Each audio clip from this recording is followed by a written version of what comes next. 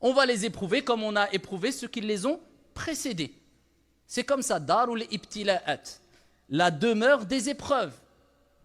Et l'épreuve, eh bien, implique normalement pour le croyant la patience. Et la patience, c'est un des plus grands bienfaits qui peut être octroyé. Et Allah subhanahu wa ta'ala dit dans le Coran, Allah accordera pleinement la récompense aux patients. Plus que cela, al-jannah, le paradis, c'est pour les patients. Salamun alaykum bima sabartum. Voilà comment seront accueillis les patients au paradis par les anges al-malaika.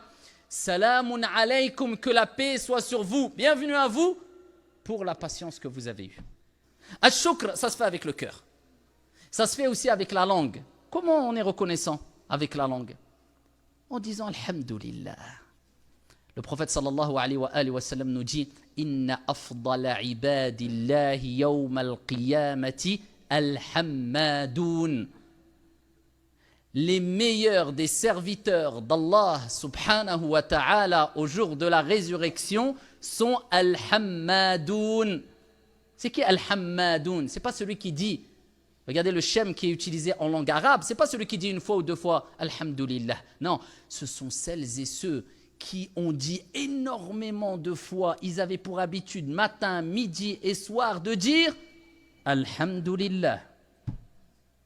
Et le prophète alayhi salatu wassalam nous a rappelé que même quand une situation est difficile, tu dis quand même alhamdulillahi ala kulli hal. Alhamdulillah dans toute situation. Attention, c'est pas celui qui se plaint pendant une heure et après dit ah, alhamdulillah. C'était pas une option, mon frère. C'était dès le début, alhamdulillah. Ou alors avec le ton ah, alhamdulillah. Ton alhamdulillah, et d'ailleurs on ne dit pas hamdulillah ou hamdulillah. On dit alhamdulillah pour que le dhikr soit complet. Alhamdulillah, la louange complète appartient à Allah subhanahu wa ta'ala. Alhamdulillah, toutes les louanges sont pour Allah subhanahu wa ta'ala.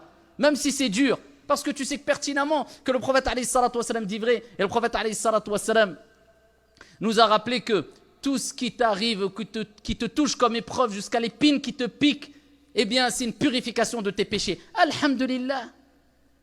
Tu patientes avec la langue et tu dis beaucoup Alhamdulillah parce que Ibn Abbas, radiyallahu anhu wa an abi, disait Alhamdulillah kalimatu kulli shakir. C'est la parole de toute personne reconnaissante.